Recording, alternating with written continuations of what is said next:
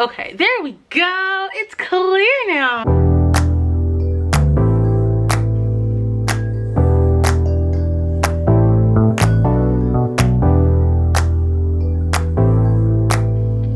Hi friends, welcome back to my channel.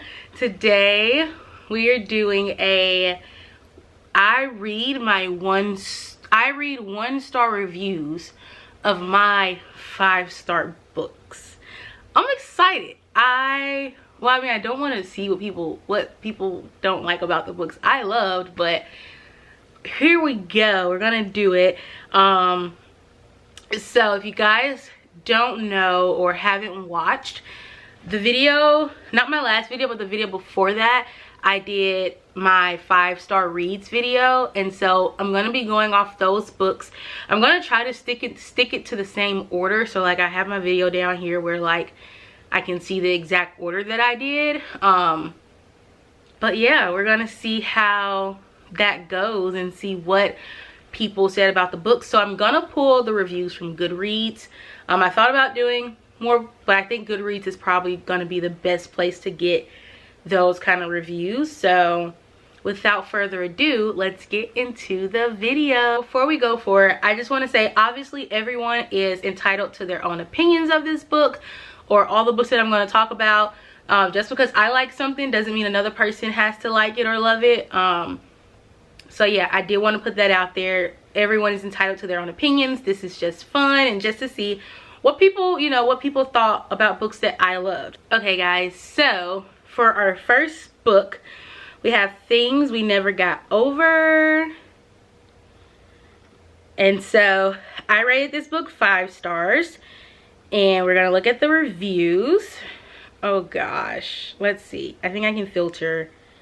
Yeah, I can go. Okay, so there's not a lot of 1-star reviews at all. So I'll probably try to do like 3 comments, 3 reviews, 2 to 3 reviews per book. So let's see.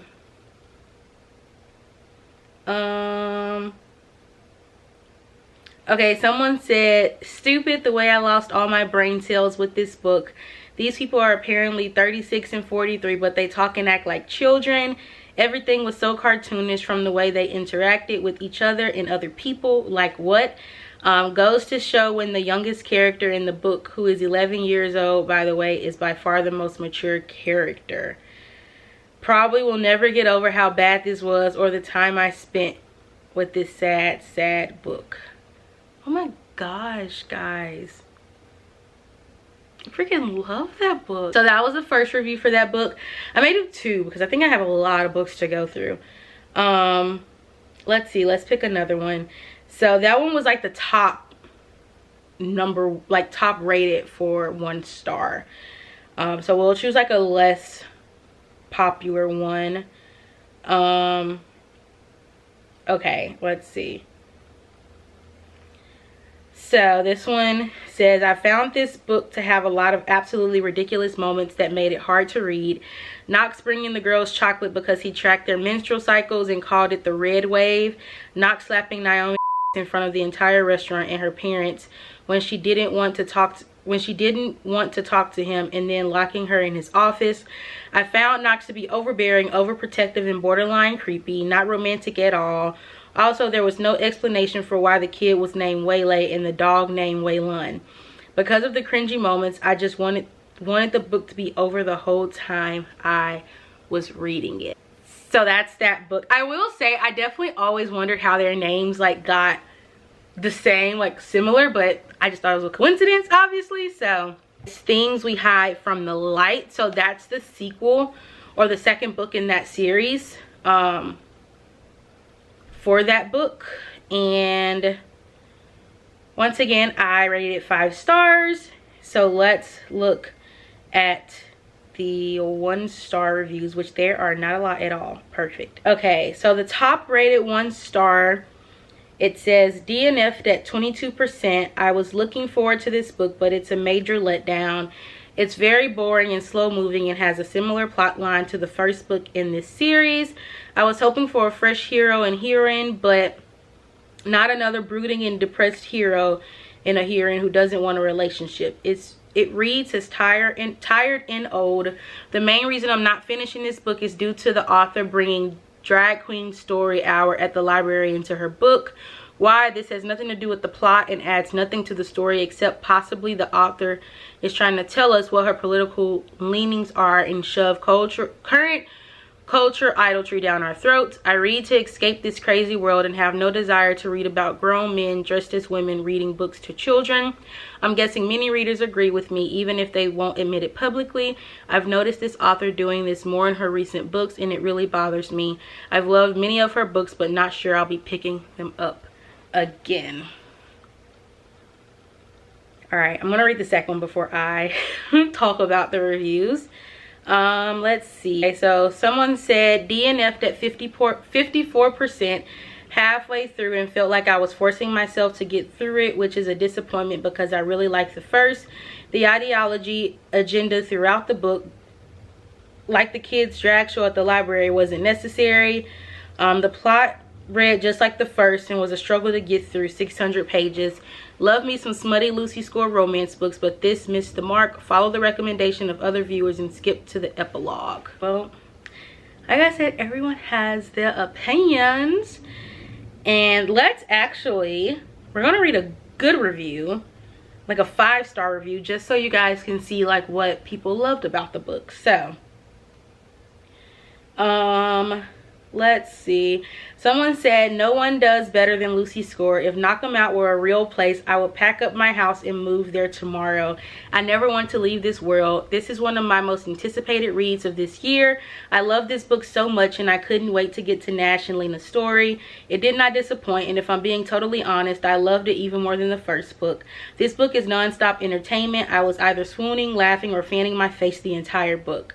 Lena is just a female character after my own heart. I can't even articulate properly how much I love her. She is so independent and so funny. Her freakouts over her relationship with Nash had me kneeled over with laughter, and all her sass and witty comes back, and her friendships with the other characters was perfection. Nash, this vulnerable, sweet, simping, infuriating, stubborn, pain in the ass man. I love him. He is so perfect for Lena. I loved how the story showed him dealing with PTSD and how he comes to terms with his past. And the dog, the romance is so good. The epilogue was everything. Yes, I totally cried. Guys, that's like exactly how I felt about the book. That is exactly how I felt about that book. But as you can see, everyone has their own opinions. So as far as like sorry, my phone. But as far as, you know, some people love how Nash and Lena how they kind of connected, and then other people didn't. Like I said, I loved it, which is why I gave it a 5-star review. But yeah, okay, let's go to Rock, Paper, Scissors by Alice Feeney. And if you guys know, this plot twist, if you guys have read this book, you guys know this plot twist was on a 10. There was like no way I would have guessed it, and I don't know if anybody has guessed it.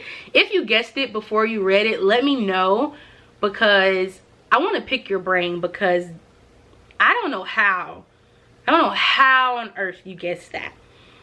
But let's see, let's go to the reviews. The average rating for this book is a 3.96.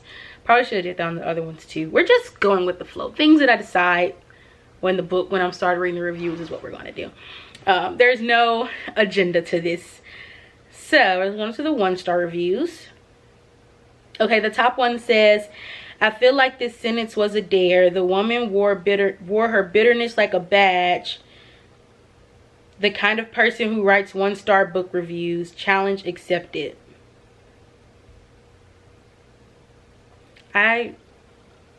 Did that make sense, guys? I don't know if I don't think that really. Let's find another one.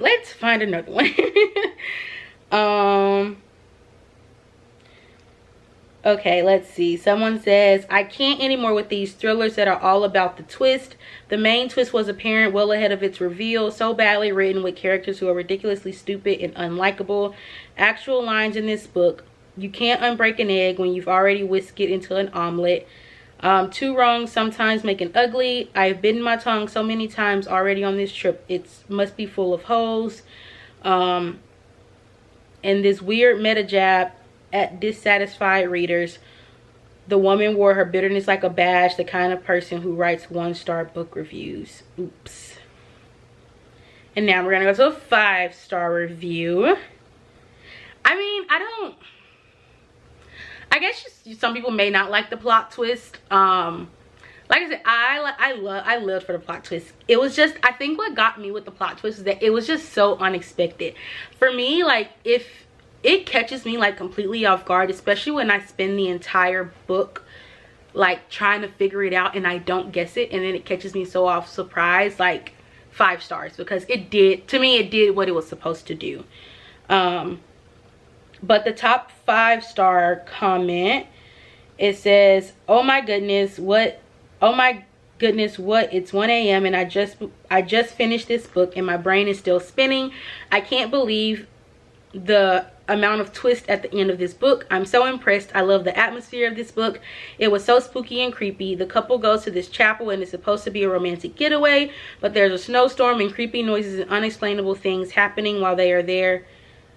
In alternate chapters, we get to read letters that the wife has written to him over their 10 years of marriage, and they are taking this trip to try and attempt to save their marriage, and things just keep going wrong. This book was absolutely wild. I also personally love books that follow writers, so I especially love the aspect of this book. It was just so well written and so smart, and this is definitely my new favorite Alice Feeney. And so that was actually my first Alice Feeney book, and so I have bought more of her books. I'm not going to say how many, but I have bought more. And actually, I may end up reading some more of her books in a soon to come video. So stay tuned, friends. Next book, which is, I think it's A Court of Mist and Fury. Guys, I'm going to be very shocked at the 1-star reviews, because there is no one that I know that has like rated this book less than like 4 stars. Obviously it's possible, but the average rating of this book is a 4.63. So yeah, there's a lot of 5-star reviews. So for 1 star, someone said, I almost tossed this down and discussed 5 times while reading this book. I knew going in that it was going to be massive act of revisionism with regard to Rhysand, the villain of the first book. My SD card got full, so we got a new one in there, so let's see. So we're reading A Court of Mist and Fury. So let's just continue. It says, and as someone who loves villains in the Persephone myth, that could have been something I could have gotten behind under the right circumstances. But I wasn't truly prepared for the narrative gymnastics that this book will perform to try to redeem him without really making him do any legwork. By the end of the book, he's still a sleaze lord, only now he's a sad sleaze lord in leather pants who was actually the heroine's soulmate all along and an all-around nice guy. Pop a fedora on his head and he probably mid-lady his way through the night court. And there's like a lot more, but it's, guys, we will be sitting here. She talks about Throne of Glass and all of that. So needless to say, that's what, so it seems like they just didn't like the Rhysand part of it. Like, sounds like they just didn't like that he didn't do any legwork, which, I mean, if y'all know how I feel about Rhysand, like, that's my man's. So let's find another one. Okay, I don't want to do any that contain spoilers, just in case you guys have not read it. Guys, these reviews, people write papers. Okay. Someone says, first I DNF'd this book and then I skimmed the last 40% and read the ending. Truly, this is somewhere between a DNF and a 1 star because it is awful. And when I wasn't dying laughing over the terrible writing, I was in actual pain over the terrible writing. Nothing that I could think of as a positive hold much water because of the terrible writing. Sarah J. Maas forces tone and plot. She forces her choice of love interest down our throats. She spoon feeds her audience with everything and spells out every interaction, every conversation, and every book that looks and every damn look that passes between characters. I truly don't get how this is so highly rated. Everything is awful. Sorry guys, but everything was wonderful to me. Everything was wonderful. it's so like hard to like understand when like people like the things that you love about a book that you see people like don't like about a book. And it's obviously like mind-boggling, because it's like, well, obviously everyone has their own taste, but like, you know, when you're reading it and you're just like, how could anyone like not like this? Like, that's how I feel. That's how I feel about this 5-star review, guys. All of these reviews, I don't want to do any, they all have a spoiler. Okay, here's a good one. Someone says, let's pretend this is Starfall and I have more than 5 stars to give. I am with you on that one, girl. Okay, someone says, how dare Sarah J. Maas. Oh, this trading person says, how dare Sarah J. Maas. How dare you, lady. How dare you destroy me like that and then drink cups full of my salty tears like they are fine wine. What kind of is this for you? You annihilate me with your cruel imagination, and because of it, I love it. Keep going, queen. I love this pain. So I couldn't have picked a better time to read this but the quarantine time. All I did all day was reading this. All I did all day was read this. I was being transported to this amazing world that I wanted to be a part of right now. The Night Court is my eternal home from now on. And they also say, help my mental health so much. I am at a lack of words to express my gratitude. When I was younger, I used to read a lot of mythological stories, and even though the Greek mythology confused the hell out of me, I had this fascination for some badass ladies. Amongst them were Persephone and her story. Yes, my cheesy heart loved that. Okay. And then they talk about a few other books, but guys, that A Court of Mist and Fury, like, it just like did something for me. Like, I loved Akitar, don't get me wrong, I love that book, but like The Court of Mist and Fury just hit the nail on the coffin for me. Like, it just like the character development, the way like we look at Rhysand in the first book to like the way like we look at him in the second book, and it just shows like it kind of just reminds me like you can't like judge everyone just by what you think or what you hear. Because like, as we all know, if you read the first book, Rhysand was definitely not on our good list. Like, he was not on our good list. We did not like him. And then like once you like just start to see his world and see like why he was the way he was, it just like truly like warms your heart, and you can't do anything but fall for him. Like, he's just literally the sweetest, like the sweetest in the world. So those were 2 1-star, 1 5-star, and now we're gonna do A Court of Wings and Ruin. Once again, I rated that one 5 stars. So let's see what the 1-star reviews are like, and the average rating for this book is a 4.45 stars.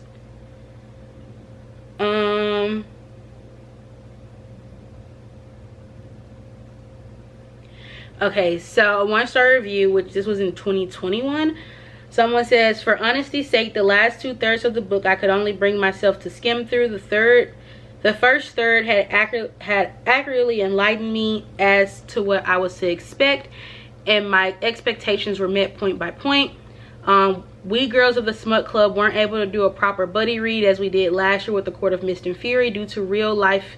However, I'm sure you don't want to miss Sarah's and Reese's reviews and Emma's call for honesty and good sense when it comes to the target market of this series. Perfectly highlights a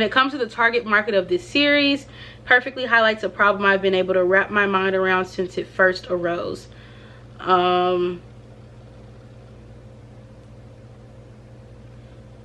Then they said, I used to consider her books a guilty pleasure until, well, yesterday. The word pleasure in that expression, though, baffled me very much before. More correctly, reading her was an experience akin to getting your first period at school and noticing too late, while ranting about it later was an honest and inclement exercise in snark. But as reading other people's reviews with previous knowledge of the book was pure amusement, be them positive or negative, and this latter reason is probably what always convinced me to suffer a little for the greater fun.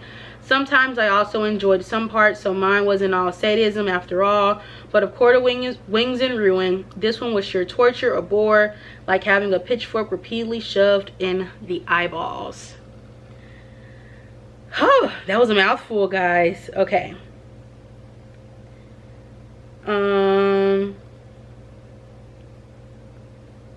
Okay, so this one says, this was one of the most looked for books of 2017, but sadly I barely enjoyed it.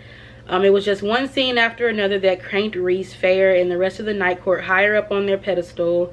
On a pedestal that seemed to represent them as better than anyone else, as suffering worse, as being more moral, as ruling a land that was better off and filled with happier people than any other court, and so on and so forth. They were just so perfect and good. It was sickening, especially too often at the expense of putting someone else down. So many backhanded comments about how this High Lord or that High Lord weren't as heroic or didn't suffer as much as them. Also, too much of this book felt like a filler episode of a TV show. There was just so many boring conversations, meetings, and research, which, you guessed it, mostly just conveniently served as another conduit to praise Feyre and Reese in the Night Court. I don't know if Sarah J. Maas was rushed with all the other projects, but she has put, okay. I don't know if Sarah J. Maas was rushed with all the other projects she has, but this felt contrived and could have been 100+ pages shorter. Okay, I am thirsty. Let's drink some water.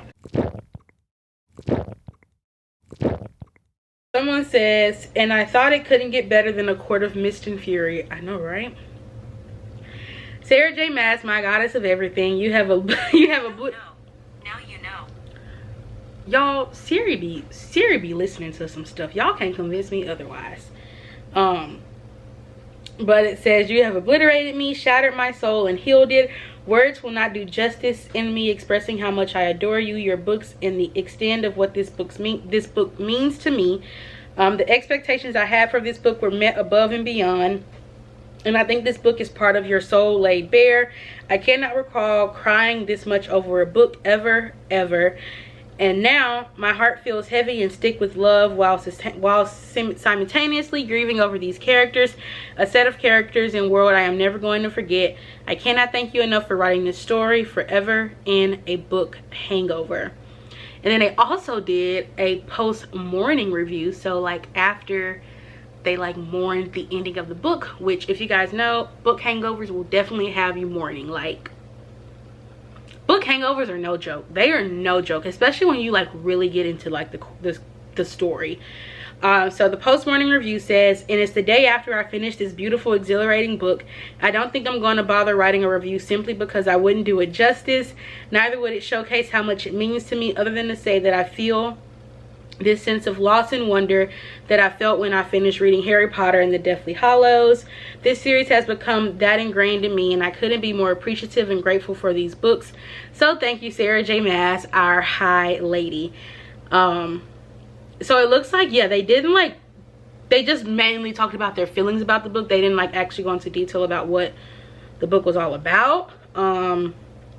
Which, I mean, it's kind of hard to explain the book without like ruining it if you have not read the first two, just because like a mid-series book, I mean, it touches on so much, so it's really hard to like say one thing and you be like, oh well, if you haven't read that in the first two books, you're not going to understand why it's happening in the third book. So I definitely get why that review was done the way it was done. But needless to say, I 100% agree. I freaking loved every aspect of the book, every word, everything. I sobbed, and yes, as y'all know, I have not read the last two, and it's because I am simply trying to avoid the book hangover until I know. I will read it once I know when her like next release date is.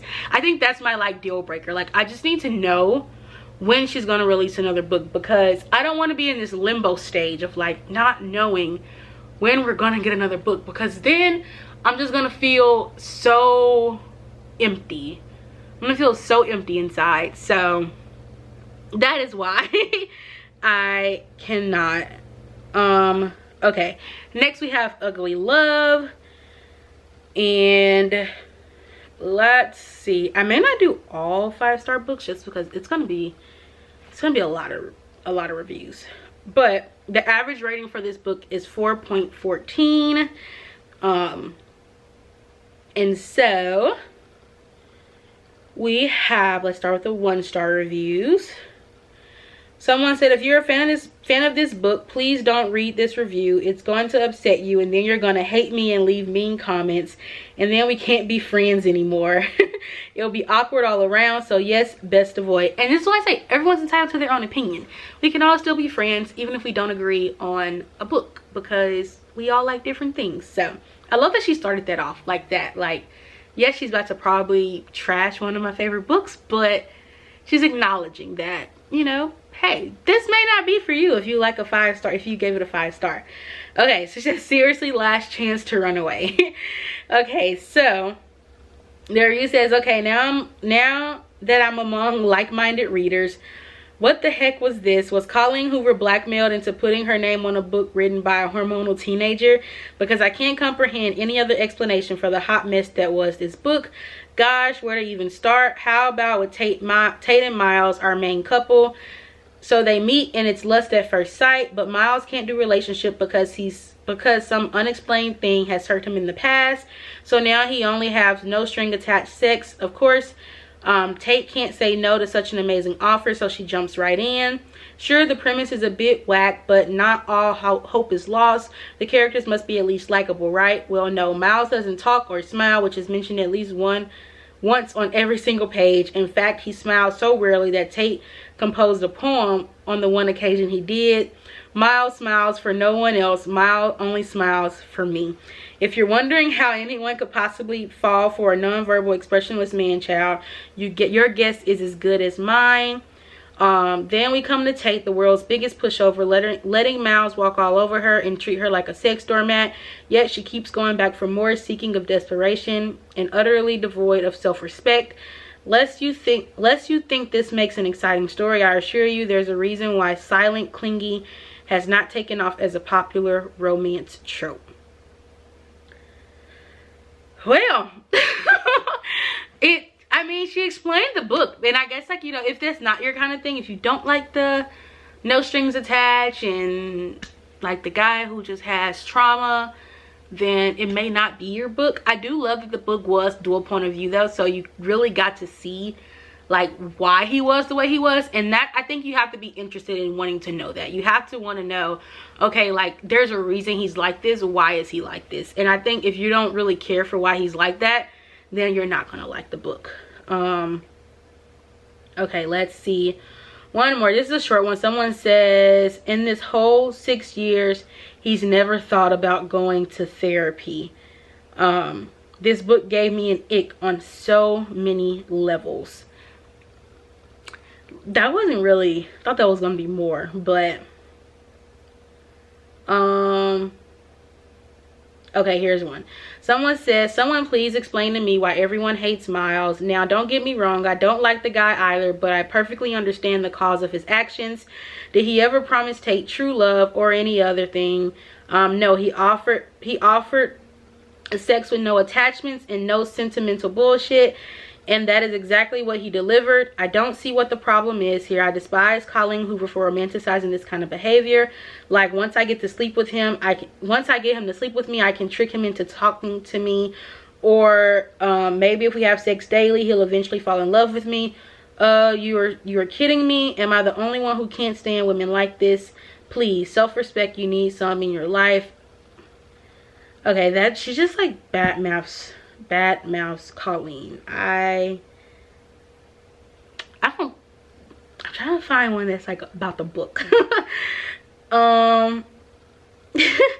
Someone says, this book left me with trust issues and a couple anxiety attacks. I'm still trying to recover from even after 7 years, and I thought after was bad. Okay, let's go to the 5-star reviews. A lot of the 1-star reviews are just all about, like, they don't really go into detail about what they did not like. So, or some of them did, but we're gonna go to a 5-star. Okay, so someone says, holy wow, what a beautiful story. It was absolutely stunning perfection in every way. My heart is just overflowing with emotions. Starting with slammed in point of retreat, then hopeless, losing hope in this girl, and once again with maybe someday. Colleen Hoover has proved over and over again that her stories are unique, powerful, and incredibly well written. I have come to trust her writing her writing. I love the passion she conveys in her words, the depths of her connections she established between her characters, and the effortlessly beautiful style in which she writes her stories. Without a doubt, she is one of my favorite authors. Ugly Love is a beautiful, sexy, and heart-wrenching. It's powerful, compelling, and emotionally charged with a unique storyline that was truly unlike any other I've read. For days after I finished reading, my mind would drift back to Miles and Tate and relive moments of their story because I just couldn't let go. Me, I definitely still think about Tate and Miles, like 100%. She says, I just fell in love with the story on page 1. You might think that the first page is a little early to proclaim undying love for a book, but I instantly felt connected. It was like I just stepped right into the story. We first meet Tate when she moves in with her brother for a fresh start, where her path quite literally crosses with airline pilot Miles Archer as he lies passed out drunk outside her new place. Despite her initial judgment of his character, she quickly learned there is a whole side of himself he was hiding from the world, a deep bottomless pit of pain and sadness. She wasn't looking for a relationship and he wanted nothing to do with love, but they had an undeniable, powerful attraction towards each other, drawn together but unwilling to give themselves wholly over. They agreed to a friends with benefits agreement, following Miles to unwavering rules that will forever keep a distance between them.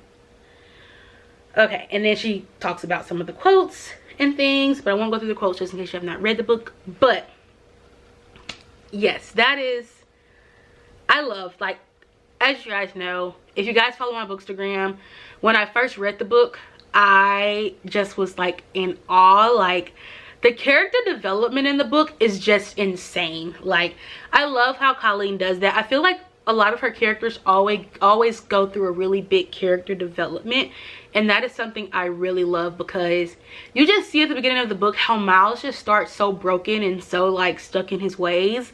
Like, he's just learned to like put this wall up that like no one can break, and it's just really nice to see that like that happens. Obviously it's fictional, and I mean that may happen in real life, but yes, I love when like you just see the guy kind of just break out of his shell, and just what caught like the moment that like where he does break out of his shell is like really touching also. Okay, we're gonna probably do 2 more books because like I said, there was a lot of 5-star books I had in this video. So we're gonna do the Spanish Love Deception. So the average rating for this book is a 3.9 stars. So 1-star reviews. Okay, so someone says, I have never wanted for a book to be over so bad. This is just a boring version of The Hating Game. I'm sorry, I really tried to like this. It took me more than 3 weeks to finish. This just dragged on and on and on. Okay, she says on and on and on about 50 times. And are you getting bored? Are you getting bored, annoyed by me writing this? Okay, so they say by the end, we are just adding on and on to the drama and making sure to introduce every trope at our disposal to let this story continue for all eternity. There was no reason for this to be 500 pages. It could have been 300. The enemies to lovers trope was barely there. There were no snarky comments, no tension, nothing. Honestly, there were enemies. They weren't enemies at all. Aaron was just too awkward to open his mouth and ask her on a date, and Catalina is too busy in her own head to notice that she isn't having a sexy rivalry. It is made perfectly clear from the beginning that Aaron is in love with Catalina and has been since the second he laid his eyes on her. For one, I think for a second, I definitely think that when I read the book, I truly did think that like Aaron did not like her. Like, Catalina was definitely like, she definitely was blind to some things, but Aaron definitely gave a I hate you vibes, in my opinion. He definitely was giving that hard, brutal I hate you vibes. And so next we have, this book reads like it was written by a board of publishing execs using an algorithm. Also, main character develops an eating disorder for literally like 3 days, and it's just magically solved by the love interest telling her to eat because she's perfect the way she is. This is so uniformed and damaging. I am so angry. I say she had an eating disorder. Just say she was trying to lose weight for a wedding. Once again, camera cut off. Someone says, I think I found my new comfort characters and favorite rom-com of all time. I'm not lying. This book not only cured my mental illness, cleared my eyesight, and added 20 years of my lifespan, but it also delivered. It's the perfect pacing, not rushed, not too slow. And when I tell you the way I will protect these characters and use my body as a human shield for them, I'm not playing around. Erin MFing Blackford. Let's do one more. Someone says, right off the bat, I just knew I was going to fall in love when diving into this magical novel. The cover, the synopsis, it being written from but a humble and beautiful human being.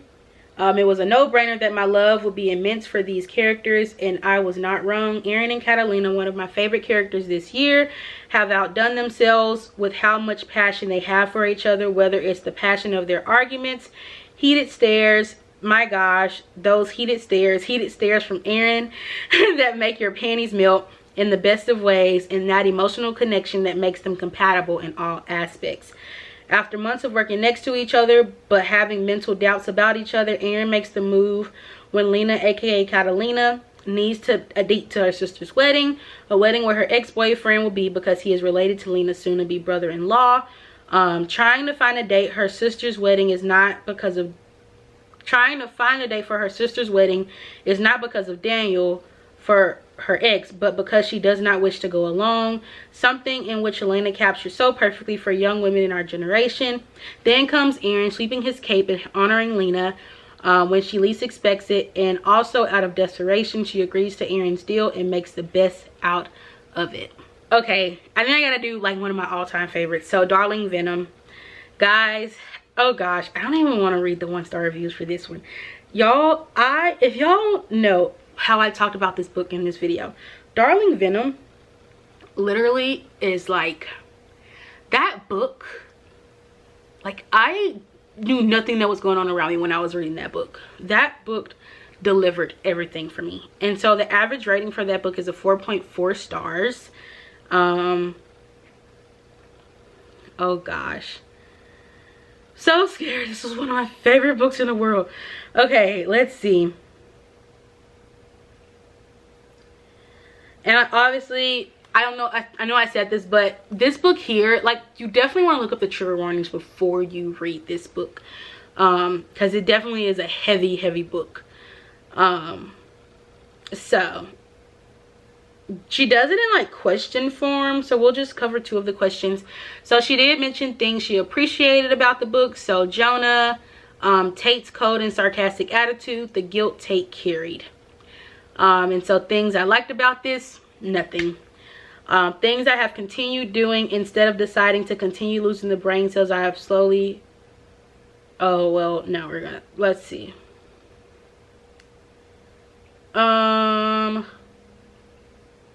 She does it in like question form. Okay, here we go. So she says the book was entertaining to say the least. Entertaining in the sense that it was predictable, bizarre, embarrassing, comedic, and unrealistic. 3 cases in point. Tate becomes weirdly obsessed with Charlie from the moment he stares at her.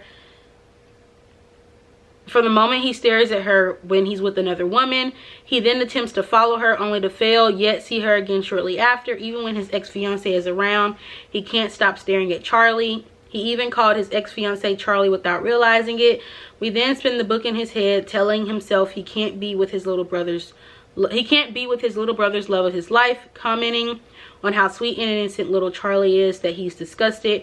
I personally love stories where 2 people come together sharing grief. They can instantly connect and understand each other differently than others, but in Darling Venom, it's plain entertainment and humor. It's entirely unrealistic that it gets embarrassing.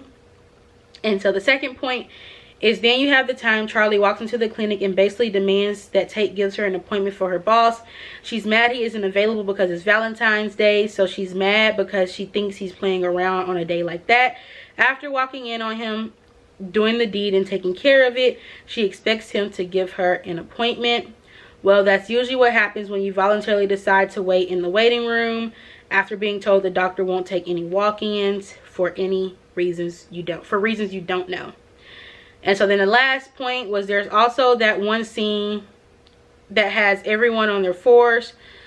Tate ends up quite randomly being Charlie's OBGYN after her boss basically made her an OBGYN appointment. She became so desperate for Tate. She became so desperate when Tate told her to spread her legs for him to perform the pap smear, as well as deciding to take a bimanual exam because she was horny, causing her to have her hymen broken. She ends up having an orgasm, groaning, moaning, all of that. Tate keeps it professional and cool while she suddenly has jelly legs. I'm not saying you shouldn't check for health regarding anything related to the reproductive system, but I would go to an OBGYN unless my own primary care doctor referred me to for specific reasons concerning my health, or if I was concerned about health factors like cervical cancer, or really if I wanted to make sure I was healthy. But none of that can apply to Charlie. It was only because Tate was the OBGYN. I gotta completely disagree with that one, just because she didn't want to go to the OBGYN. She like desperately tried to get out of the appointment. So I can't agree with that one. I'm sorry. I can't agree with that one. Okay, so let's do some 5-star reviews for this book. Okay, so someone said this was the most unexpected plot, and I loved every second of it. It was so much more than just romance. It had grief, mental health, character growth, and yes, spice. I cried and laughed. Overall, a roller coaster of emotions, and I highly recommend. One of my favorite reads of this year. And then we're going to talk about the last one. So this is going to be our last review for all of the books. And if you guys want a part 2, I can definitely like talk about, I'll do this for like the other half of the books that I talked about in my 5-star review 5-star review video. So if you guys want that, DM me, let me know in the comments, and I'll do a part 2 to go over the other books that I talked about. So this review, so it says, I honestly, wait, Wata. Okay, my camera's about to die. Okay, new battery is in. So like I said, we got one more 5-star review we want to read for Darling Venom, and then I want to wrap this video up today. Okay, so, and this was actually not this year, this was last year. This was a last year review. So it says, I honestly don't know how to do this justice.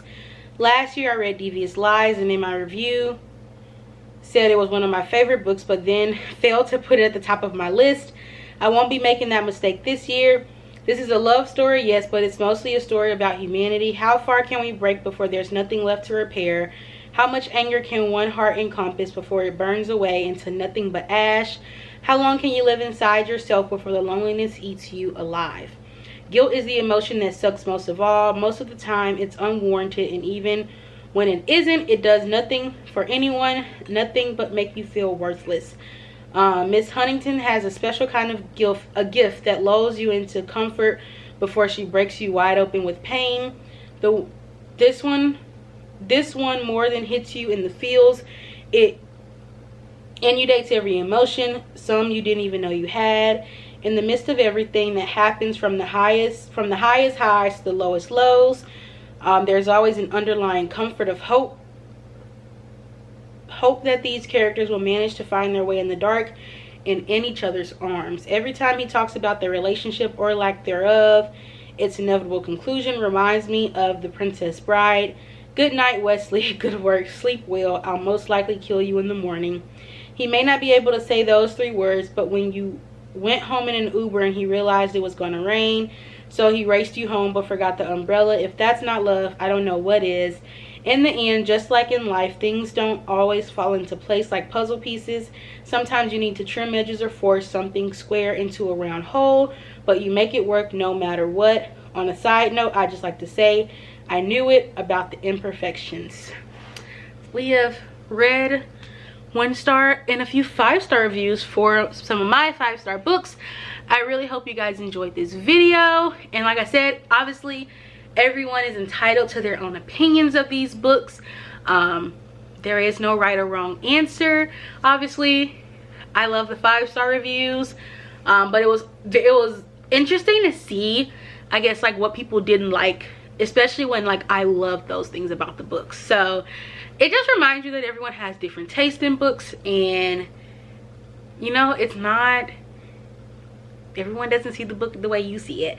That's the thing that makes us human, I guess. So why do I always like just like my brain goes empty at like when it's time for me to like end the video?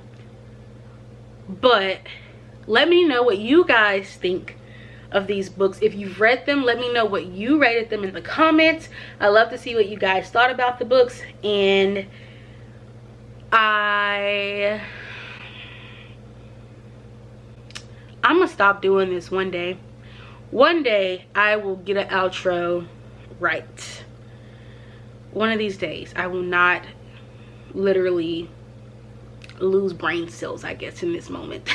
But yes, I love you guys, and I will see you in the next video. Bye.